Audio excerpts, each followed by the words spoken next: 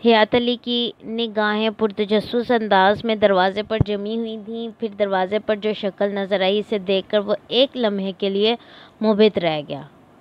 اس قدر حسین شکل و صورت تھی کہ انسانی تصور سے باہر ہو۔ قد تقریباً 5.5 فٹ، انتہائی متناسب جسم، بہت ہی خوبصورت گلابی رنگ کی ساری، ماتھے پر بندیا، چہرہ اتنا منور اور روشن کہ آنکھیں اس پر سے ہٹانا بھول جائیں۔ لیکن حیات علی کے دل میں کوئی غلط خیال نہیں آیا تھا، بس اس تلسمی حسن نے اسے مسرور کر دیا تھا، اسے نگاہیں ہٹائے بغیر دیکھتا رہ گیا تھا۔ لڑکی کے ہونٹوں پر ایک بہت ہی خوبصورت مسکراہٹ تھی اور انداز میں استقبالیہ کیفیت تھی۔ پھر اس کی مترنم آواز سنائی دی، اندر آ جائیے۔ اتنی خوبصورت آوازیں مشکل سے ہی سننے کو ملتی ہیں۔ حیات علی اس آواز کے جال میں جکڑ رہا تھا اور اس کے قدم آگے نہ بڑھے تو وہ چند لمحات کے بعد پھر بولی، میں نے آپ ہی سے کہا ہے اندر آ جائیے، میں آپ کا انتظار کر رہی تھی۔ حیات علی کے ذہن میں ایک جھٹکا سا ہوا۔ ان الفاظ نے اس کے ذہن سے طلسم توڑ دیا تھا۔ میرا انتظار؟ ہاں آئیے نا، اندر آ جائیے، وہ کھٹکتے ہوئے لہجے میں بولی، دیکھو شاید تم کسی اور کا انتظار کر رہی ہو، میں تو بس اتفاقیہ طور پر نہیں، آئیے، آپ ہی کا انتظار کر رہی تھی میں۔ وہ ایک لمحے تک اسے دیکھتا رہا، یعنی ٹھٹک کر اسے دیکھتا رہا، اس کے بعد شانے جھکا کر دروازے کی سمت بڑھ گیا تو وہ پیچھے ہٹ گئی۔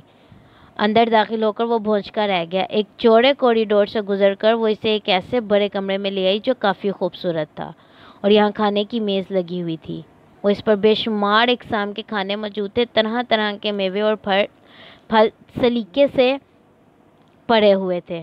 بیٹھیے، اس نے حیات علی کے لیے کرسی گھسیٹی اور پھر بولی، دیکھیے آپ ہمارے مہمان ہیں، بیٹھ جائیے اور اطمینان رکھیں کہ یہاں آپ کو کوئی تکلیف نہیں ہوگی۔ حیات علی بیٹھ گیا۔ اس وقت اس کی کیفیت ایک سحر زدہ شخص کی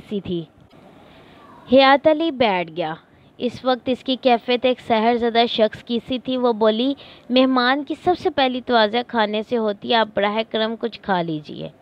حیات علی نے چونک کر چاروں طرف دیکھا۔ بھوک بے شک لگ رہی تھی، لیکن یہ سب کچھ اس کے لیے ناقابل فہم تھا، اور جن حالات سے گزر کر یہاں تک پہنچا تھا ان میں سب سے بڑی چیز یہی تھی کہ اپنے ایمان کو برقرار رکھے۔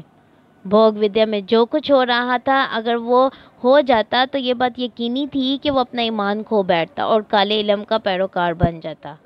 اب یہاں اس انوکھی طلسم گاہ میں پہنچ کر بھی وہی چیز سامنے آ رہی تھی۔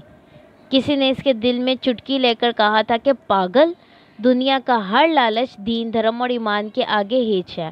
بھوک کو برداشت کر۔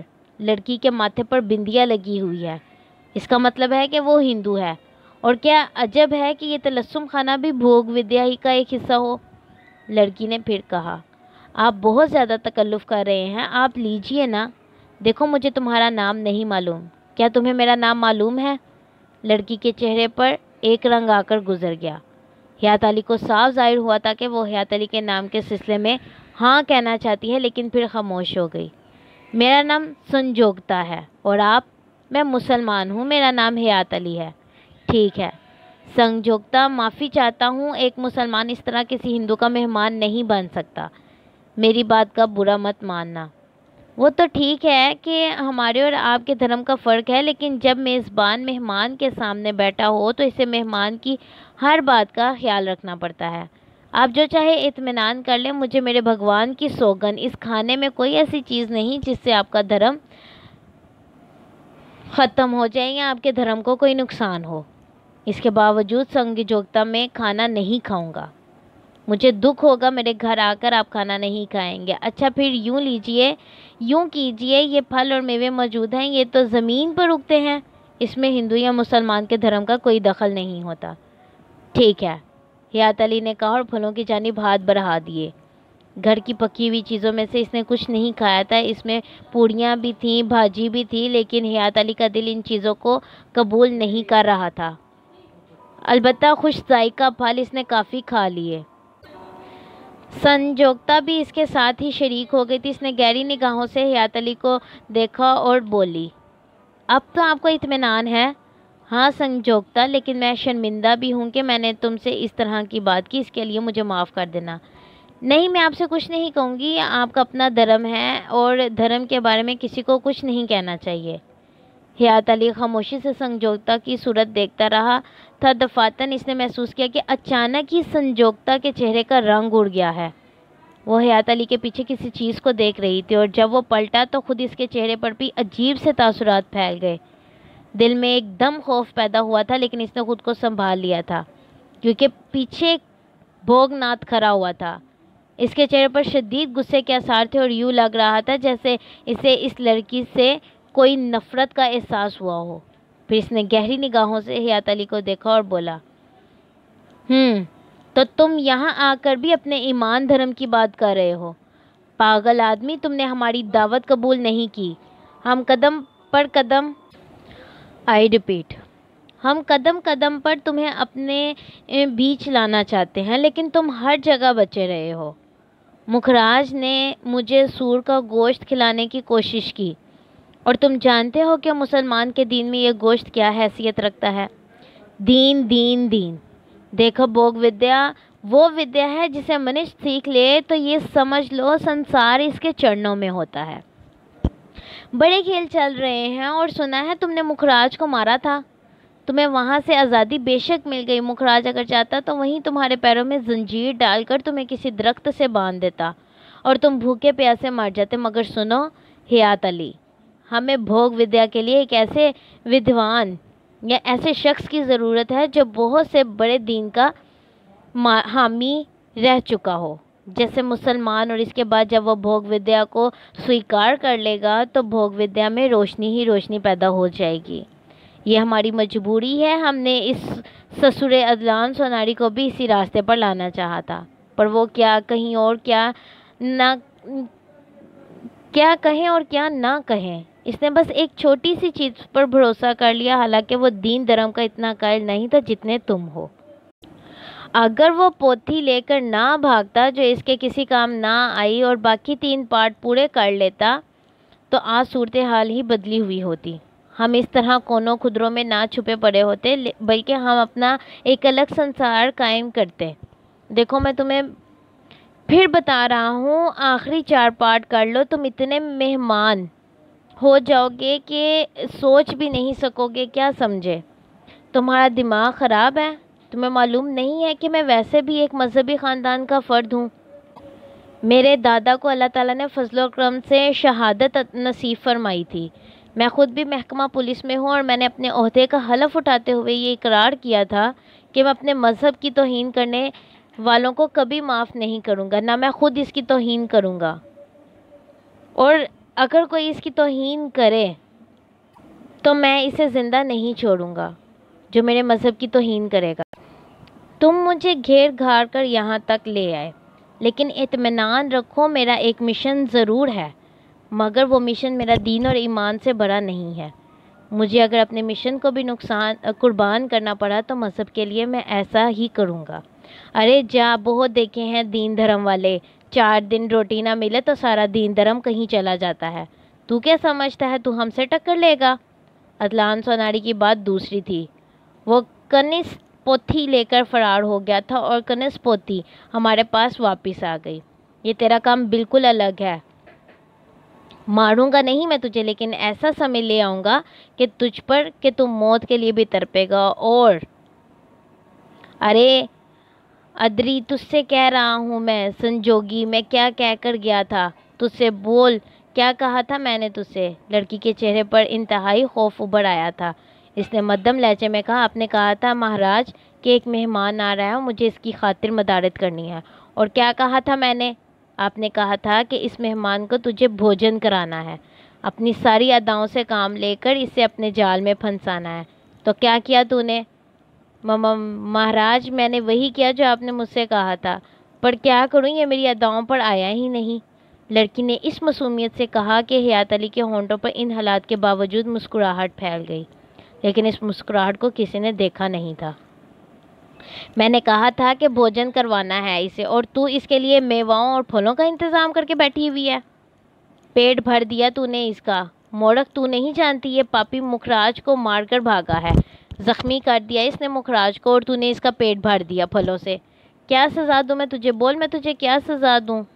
سنو میری بات سنو بھوگناتھ، بس یہی قوت ہے تمہاری، معصوم لڑکیوں کو اپنی ناکامیوں کی سزا دیتے ہو۔ یہ سزا تم اس کی بجائے مجھے دے دو تو زیادہ اچھا ہوگا، گردن کاٹ دو میری، تم تو یہ کر سکتے ہو۔ بڑی ہمدردی ہو گئی دونوں میں۔ ارے تو دیکھ تو صحیح میں اس کا اور تیرا کیسا حشر خراب کرتا ہوں، آ میرے ساتھ، اور تو آ میرے ساتھ، اس نے بڑی حقارت سے لڑکی سے کہا، اور وہ سہمے سہمے قدم اٹھاتی ہوئی بھوگناتھ کے پیچھے چل پڑی جو آگے بڑھ گیا تھا۔ حیات علی اس وقت ان دونوں کو نہیں روک سکا تھا، وہ اپنی جگہ بے جان سا بیٹھا رہا اور سنجوگتا اور بھوگناتھ کہیں دور چلے گئے۔ پتہ نہیں وہ اسے کہاں لے گیا تھا۔ حیات علی بیٹھا سوچتا رہا اور اس کالے تلسم میں بری طرح پھنس گیا تھا۔ راج مکھ وہاں سے تو غائب ہو گیا تھا، لیکن بھوگناتھ نے اس کی ملی بھگت تھی۔ کافی دیر تک وہ وہیں بیٹھا رہا، پھر اس نے سوچا کہ کم از کم اٹھ کر جدوجہد تو کرنی چاہیے، اور اس دروازے سے نکلنے ہی والا تھا کہ اسے دور سے سنجوگتا آتی ہوئی نظر آئی۔ وہ آہستہ آہستہ چلتی ہوئی حیات علی کے قریب آئی۔ اس نے کہا، مجھے افسوس ہے کہ آپ کو میری وجہ سے پریشان ہونا پڑا۔ افسوس تو مجھے ہے سنجوگتا کہ میری وجہ سے تمہیں نہیں۔ بھوگناتھ مہاراج نے مجھے کچھ نہیں کہا، میں تو ان کی داسی ہوں، انہوں نے مجھے معاف کر دیا۔ پھر وہ تمہیں وہاں کیوں لے گیا تھا؟ بس کہہ رہے تھے کہ میں تمہارا ہر طرح خیال رکھوں۔ اس بار اس نے جو الفاظ کہے وہ اس کے چہرے کے تاثرات سے نہیں ملتے تھے۔ حیات علی کو شبہ ہو گیا کہ بھوگناتھ نے اسے کوئی نئی چیز سکھا کر بھیجا ہے۔ ایک بات بتاؤ سنجوگتا۔ ہاں پوچھیے۔ اس جنگل اور ویرانے میں یہ عجیب سی جگہ کیا ہے؟ کیا یہ بھوگناتھ کی رہائش گاہ ہے؟ آپ مجھ سے یہ ساری باتیں نہ پوچھیں، بڑی مشکل سے تو مجھے معافی ملی ہے۔ آپ آئیے میرے ساتھ، میں آپ کو آپ کی آرام گاہ میں پہنچا دوں، اس نے کہا، اور حیات علی کو یہ یقین ہو گیا کہ بھوگناتھ نے اسے کسی نئے حربے سے لیس کر کے بھیجا ہے۔ کچھ دیر کے بعد وہ ایک خوبصورت آرام گاہ میں داخل ہو گئی۔ یہاں ایک مسہری پڑی ہوئی تھی۔ بیٹھیے، وہ بولی۔ حیات علی کے بیٹھنے کے بعد وہ خود بھی اس کے پاس بیٹھ گئی۔ پھر اس نے اپنے دونوں ہاتھ پھیلائے اور انہیں الٹ کر دیکھنے لگی، پھر مسکرا کر بولی، شکریہ۔ کیا ہوا؟ پنڈت جی کو دیکھ رہی تھی، یہ دیکھو۔ اس نے اپنے ہاتھوں کے ناخن حیات علی کے سامنے کر دی، اور حیات علی نے تعجب سے دیکھا کہ اس کے ناخنوں میں بھوگناتھ کی تصویر نظر آ رہی تھی۔ وہ ایک مرگ چھالا پر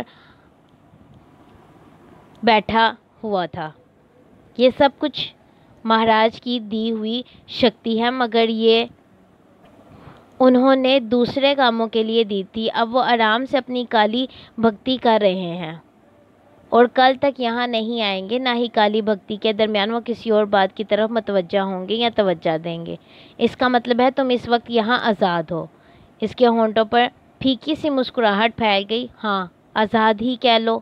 پھر وہ جلدی سے بولی، میں تمہیں بتاؤں مہاراج جب مجھے یہاں سے لے گئے تھے انہوں نے مجھے کافی ڈانٹ ڈپٹ کی، اور اس کے بعد انہوں نے کہا کہ میرا اصل نام تمہارا دھرم نشٹ کرنا ہے۔ اصل میں مکھراج ہماری بھوگناتھ مہاراج کی ایک نئی شکتی حاصل کرنے کی کوشش میں برسوں سے لگے ہوئے ہیں۔ کالی شکتی میں جتنے گندے کام ہو سکتے ہیں، اسی سے کالی شکتی کو طاقت ملتی ہے۔ ایک مسلمان سے اس کا دھرم چھین کر اس کی بھینٹ دینی ہے، لیکن وہ ابھی تک اس میں کامیاب نہیں ہو سکے۔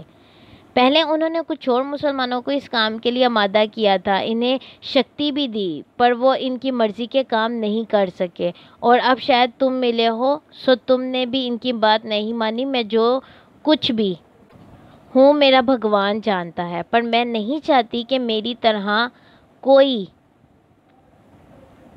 اور بھی برباد ہو، مگر میں تمہیں یہ بتا دوں کہ مجھے تمہیں طرح طرح سے دھوکے دینا پڑیں گے۔ مجھے مجبور سمجھ لینا۔ پہلی بات تو یہ کہ یہاں کسی قسم کا گوشت مت کھانا، وہ پھل مت کھانا جن میں رس ہو، کیونکہ ہو سکتا ہے ان پھلوں میں تمہیں وہ چیز دی جائے جو تمہارا دھرم نشٹ کر دے۔ ہاں، سوکھے میوے کھا سکتے ہو اور ایسے پھل جو رس والے نہ ہوں۔ پانی بھی پی سکتے ہو، کیونکہ پانی بھگوان کی طرف سے پوتر ہے۔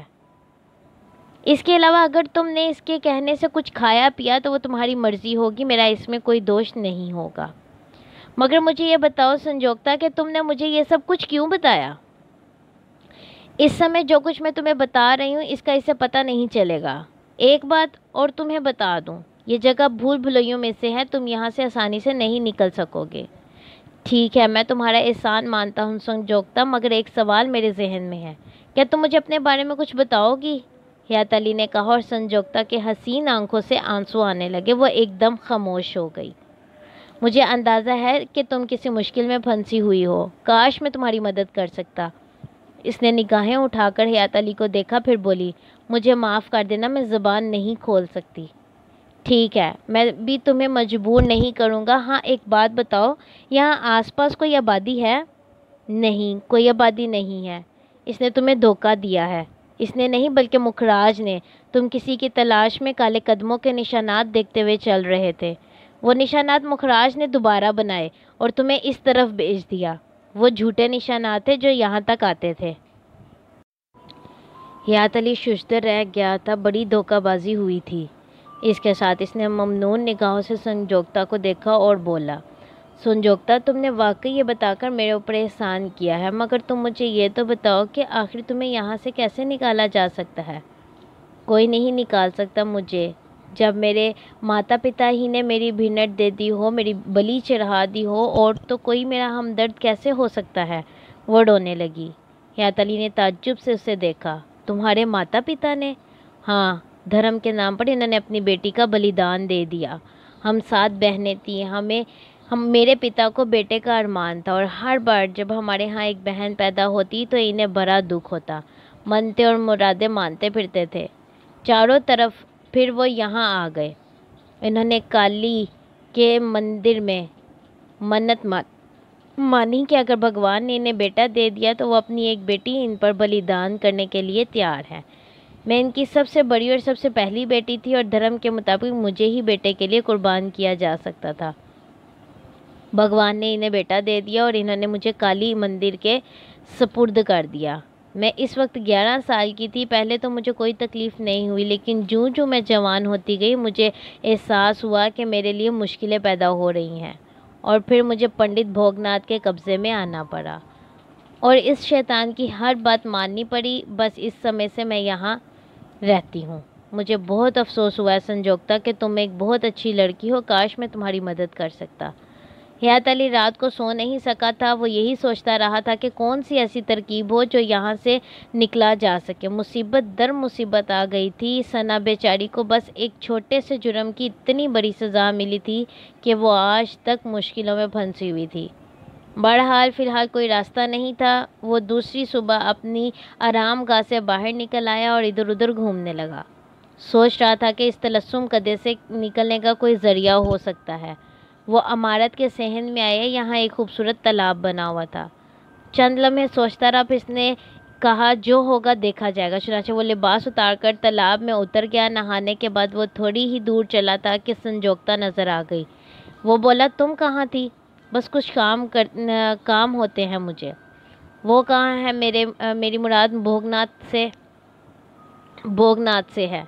میں یہی ہوں میرے دوست۔ پیچھے سے بھوگ ناتھ کی آواز سنائی دی۔ حیات علی نے چونک کر اسے دیکھا، پھر بولا، تو تم اس طرح بھی آ جاتے ہو؟ میں نے تمہارے بارے میں چاپ کیے ہیں اور مجھے پتہ چلا ہے کہ تم ہمیں وہ سب کچھ دے سکتے ہو جس کی ہمیں ضرورت ہے۔ تم سمجھ لو میرے دوست کہ تمہیں اتنا کچھ مل جائے گا کہ تم سوچ بھی نہیں سکتے۔ میری مانو بھوگ ودیا کے باقی 4 پارٹ بھی پورے کر لو، تم دیکھو گے کہ بھوگ ودیا تمہیں اتنا کچھ دیتی ہے کہ تم حیران رہ جاؤ گے۔ میں نے تمہارے بارے میں پچھلی رات بہت کچھ معلوم کیا ہے۔ تم محکمہ پولیس میں تھے نا؟ ارے پاگل، اگر اسی محکمے میں اپنا ایک مقام بنا سکتے ہو تو بھوگ ودیا کے بعد تم واپس بھی جا سکتے ہو، اور تمہاری وہ پریمیکا بھی تمہیں مل سکتی ہے۔ تم محکمہ پولیس میں جاؤ گے، بڑی بڑی وارداتوں کی تفتیش کرو گے، اور چٹکیاں بجاتے تم اصل مجرموں کو پکڑ لو گے۔ تمہارا عہدہ بڑھتا چلا جائے گا۔ اتنی بڑی شکتی تم ذرا سی بات کے لیے چھوڑ رہے ہو۔ میری مانو، میں پھر تمہیں موقع دے رہا ہوں سنجوکتا، اس کی خوب خاطر مدارت کرو۔ میں چلتا ہوں۔ اگر یہ تیار ہو جائے تو مجھے تم خبر کر دینا۔ بھوگ ناتھ واپسی کے لیے سنجوکتا کو دیکھ رہا تھا۔ جب وہ چلا گیا تو سنجوکتا نے کہا، اور جو کچھ میں نے تمہیں بتایا ہے وہ غلط نہیں ہے۔ اگر تم ان کی بات مان لو گے تو وہ تمہارے چاپ پورا کر کے شیطان کے چرنوں میں تمہاری بلی دے دیں گے، اور ان کا کام پورا ہو جائے گا۔ یہ صرف سبز باغ ہیں جو اس نے تمہیں دکھائے ہیں۔ بات حیات علی کے علم میں پہلے بھی آ چکی تھی، لیکن سنجوکتا اس طرح منہ کھول دے گی اس کا اسے اندازہ نہیں تھا۔ اس کا مطلب یہی تھا کہ وہ اس کے لیے مخلص ہے، مگر میں تیرے لیے کیا کر سکتا ہوں سنجوکتا، اس نے دل ہی دل میں سوچا تھا۔ عدنان سوناری کو ایک بار پھر ناکامی کا سامنا کرنا پڑا تھا۔ وہ عجیب و غریب فطرت کا مالک تھا۔ حقیقت یہ ہے کہ اس کا ماضی بہت عجیب رہا تھا۔ ایک لمبی کہانی اس کی ذات سے وابستہ تھی۔ بچپن ہی سے برائیوں میں ڈوبا چلا جا رہا تھا۔ ایک بہت بڑے زمیندار کی اولاد تھا۔ زمینداری کے دور میں اتنا آگے بڑھا کہ باپ دادا کی عزت پر ہڑف آ گیا اور اسے گھر سے بھاگنا پڑا۔ نوجوانی کا عالم تھا، کوئی صحیح فیصلہ کرنے سے قاصر تھا۔ دولت اور دوستوں نے اسے بگاڑ دیا تھا۔ گھر سے بھاگ کر مشکلات کا شکار رہا، یہاں تک کہ ڈاکوؤں کے گروہ کے ہاتھ لگ گیا۔ دلیر تھا، نوعمر تھا، چنانچہ خود بھی ان میں شامل ہو کر ڈاکے ڈالنے لگا۔ پوری طرح ان میں رچ بس گیا۔ ایک بار ڈاکے کے دوران ہی اس کی ملاقات ایک سادھو سے ہو گئی جو عجیب و غریب قوتوں کا مالک تھا۔ سادھو کو اپنا گرو بنا لیا۔ دین دھرم کا پہلے ہی پکا نہیں تھا، بس ایک مسلمان گھرانے میں پیدا ہوا تھا اس لیے مسلمان تھا۔ چنانچہ سادھو اسے الٹے سیدھے چاپ کراتا رہا اور ان میں سے کچھ چاپ ایسے بھی تھے جن کی مدد سے اسے کچھ پراسرار قوتیں بھی حاصل ہوئیں، اور پھر وہ کئی ایسے علم سیکھ گیا جو برائیوں کا مظہر تھے۔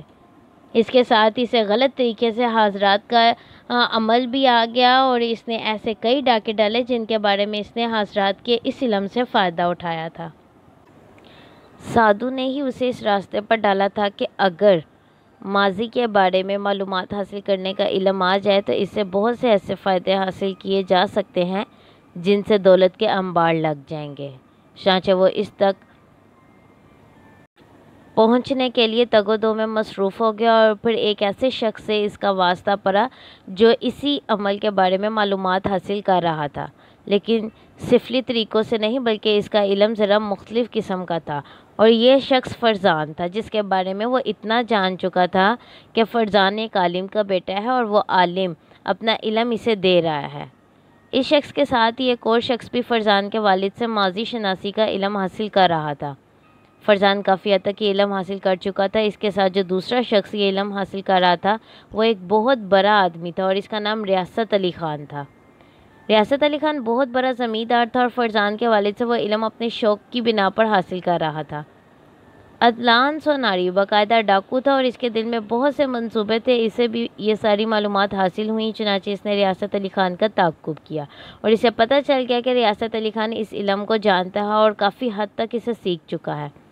ریاست علی خان کا تعاقب کرتے ہوئے اسے راجہ ہدایت خان بھی نظر آیا جو ریاست علی خان کی پہلی بیوی کا بیٹا تھا۔ راجہ ہدایت خان عدنان سوناری کا ہم شکل تھا، اسی قد و قامت کا مالک۔ چنانچہ سب سے پہلے عدنان سوناری نے راجہ ہدایت خان کو قید کر کے اس کی حیثیت اختیار کر لی اور اس طرح وہ ریاست علی خان کے قریب پہنچ گیا۔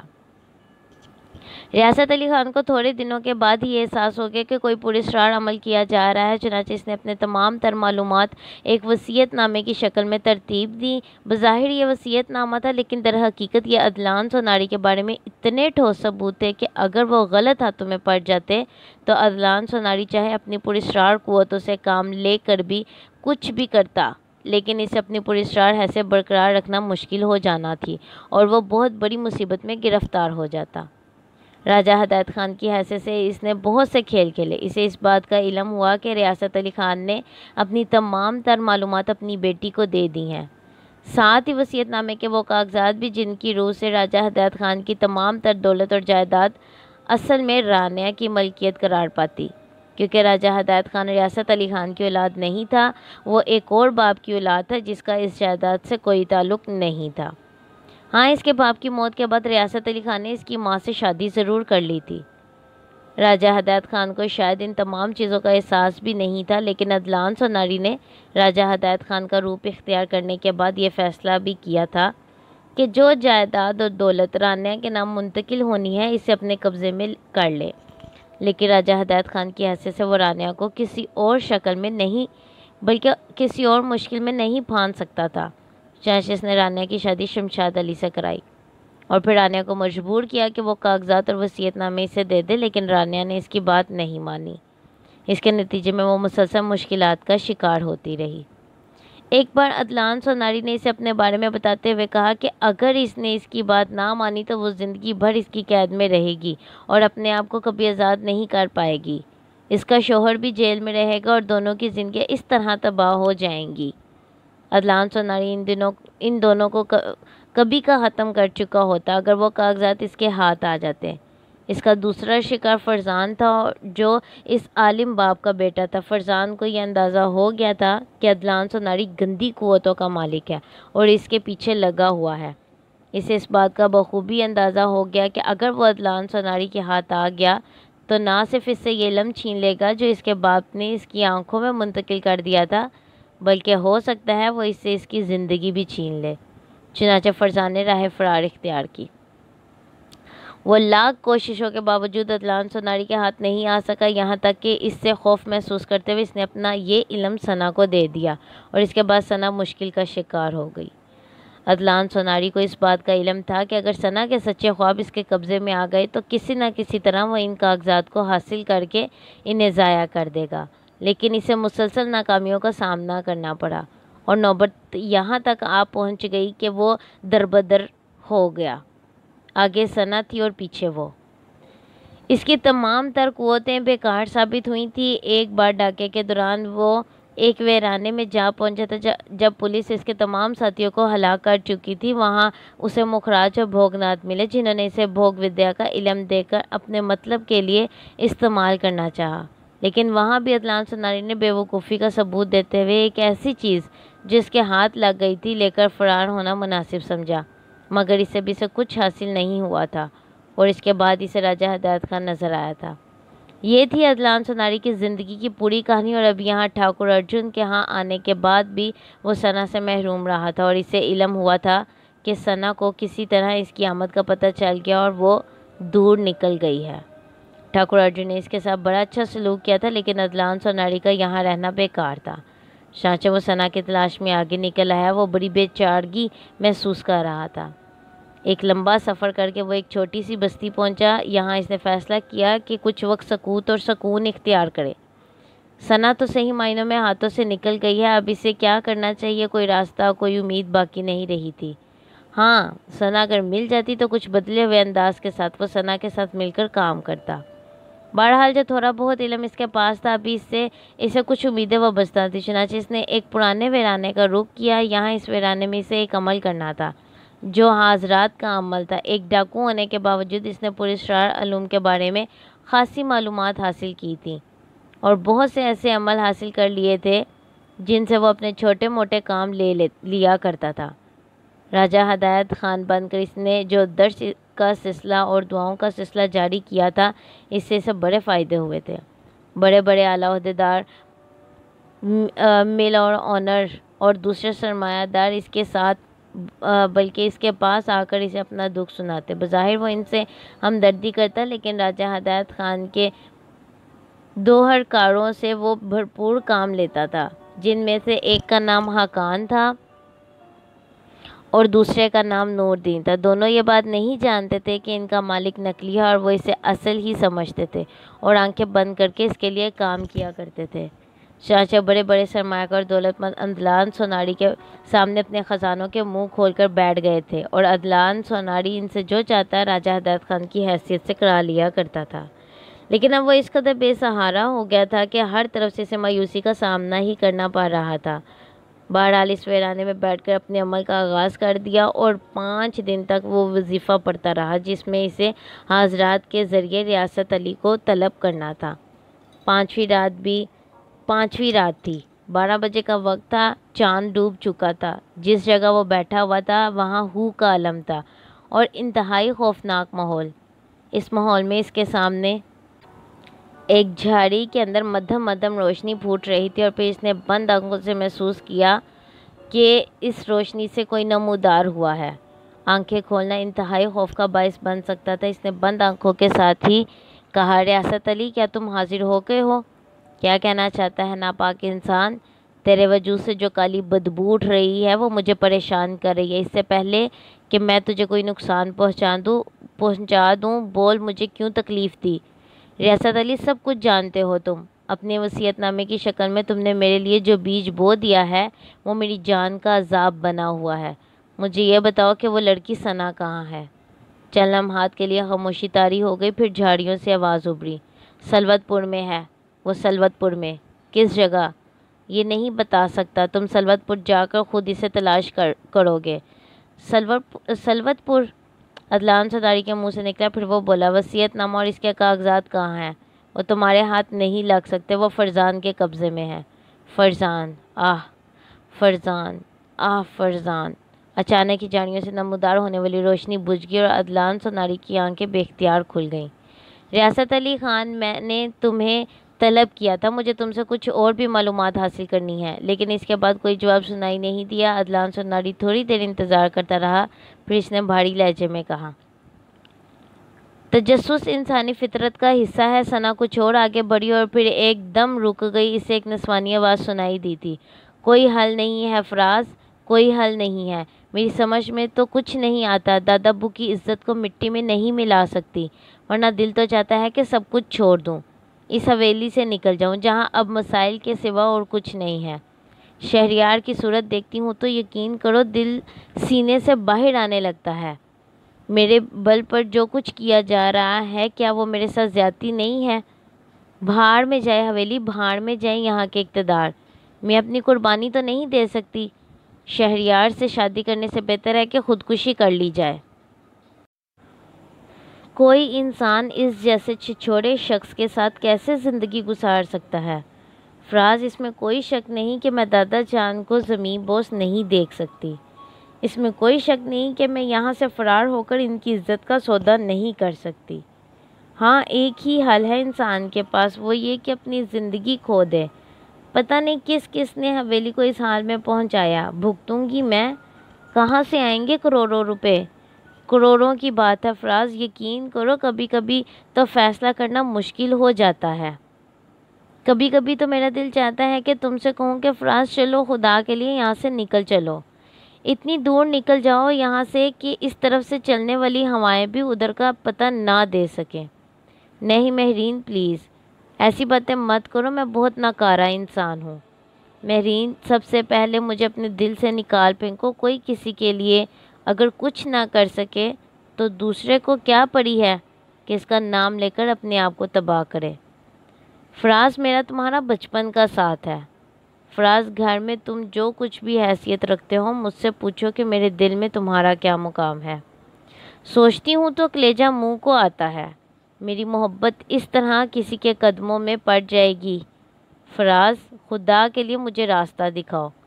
مہرین، ایک ہی راستہ ہے، اپنے دل کو سنبھال لو۔ قربانی بڑی چیز ہے، تم جانتی ہو قربانی کا مقام کیا ہے؟ اپنے آپ کو قربان کر دو اس حویلی کی عزت پر، دادا جان کی عزت پر۔ کیا بتاؤں اور کیا نہ بتاؤں؟ اس شخص کو دیکھ کر میرا بلڈ پریشر ہائی ہو جاتا ہے، اور تو اور اس کتے کو دیکھو تو وہ جو ہریالے میاں ہے، کمبخت دو کوڑی کا انسان، پتہ نہیں کیا شے ہے، اور اس بیچاری کو دیکھو مہمان ہے۔ تم یہ بتاؤ فراز، شہریار اور میرا مسئلہ بالکل الگ ہے۔ دادا جان اسے کیوں مجبور کر رہے ہیں کہ وہ ان کے سامنے آئے؟ یہ تو دادا جان کی زیادتی ہے، ایسا تو نہیں ہونا چاہیے۔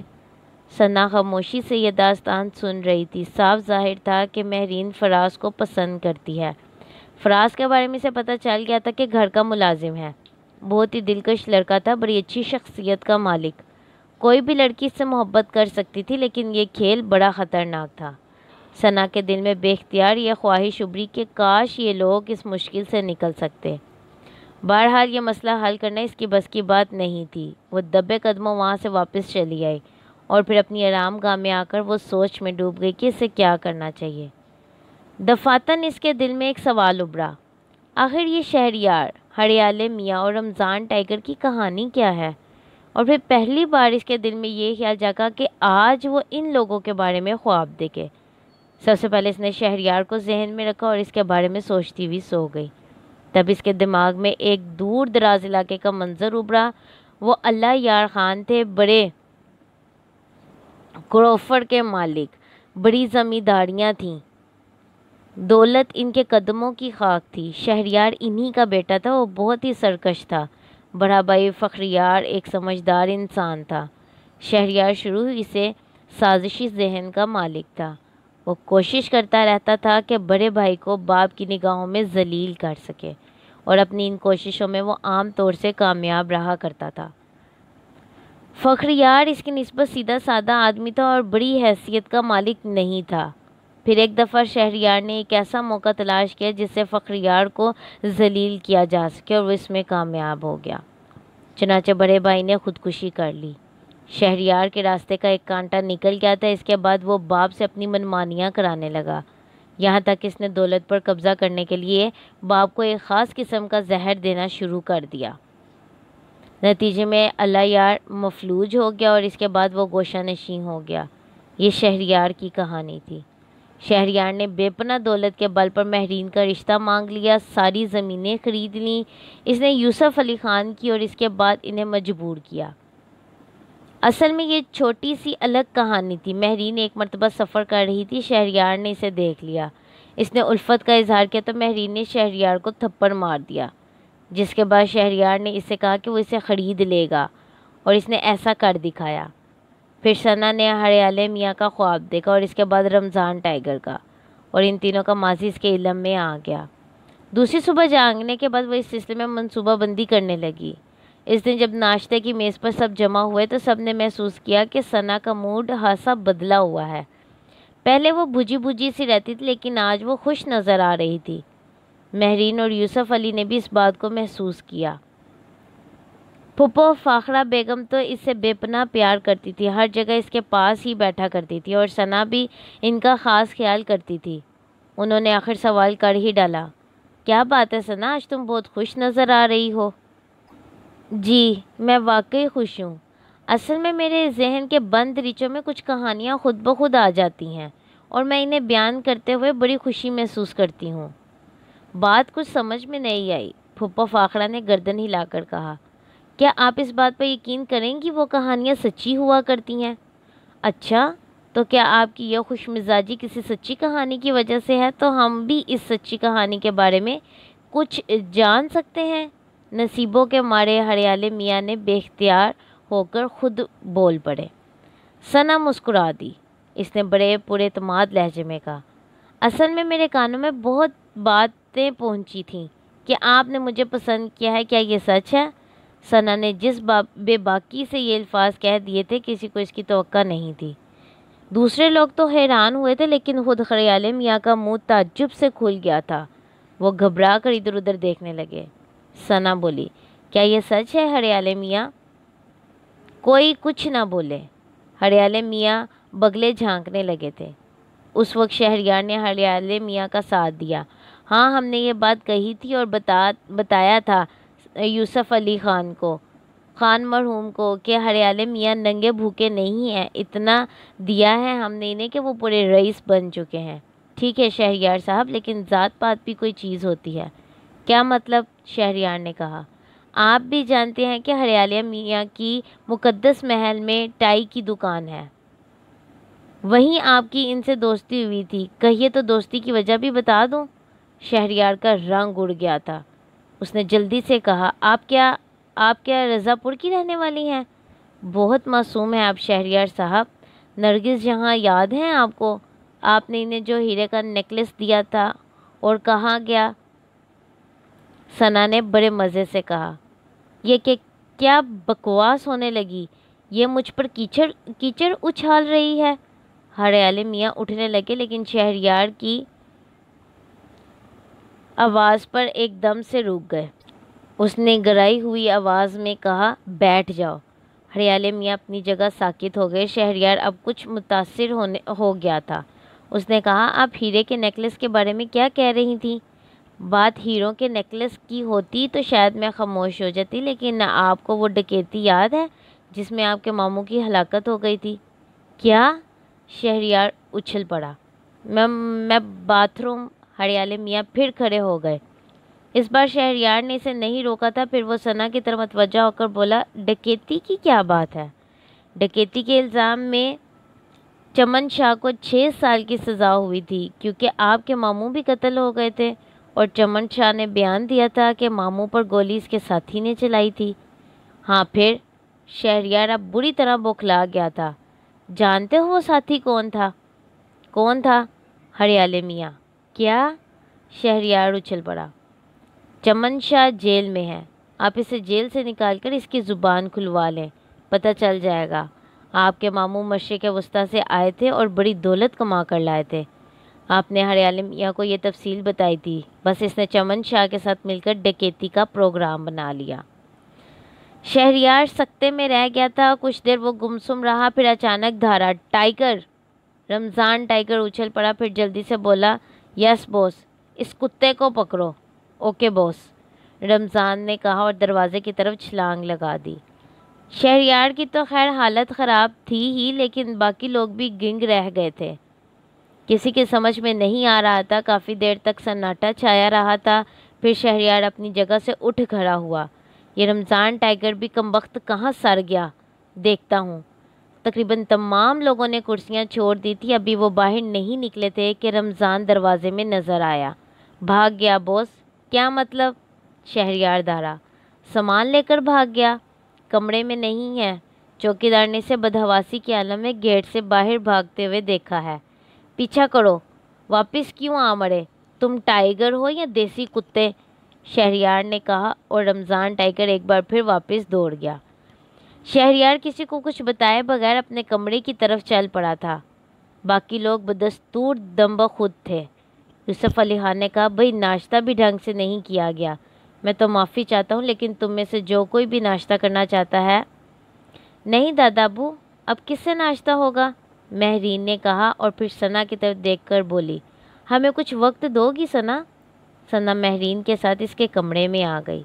جانتی تھی کہ اب اس سے سوالات ہوں گے، لیکن خوش بھی تھی کہ ہریال میاں بھاگ گئے تھے اور شہریار بھی ڈسٹرب ہو گیا تھا۔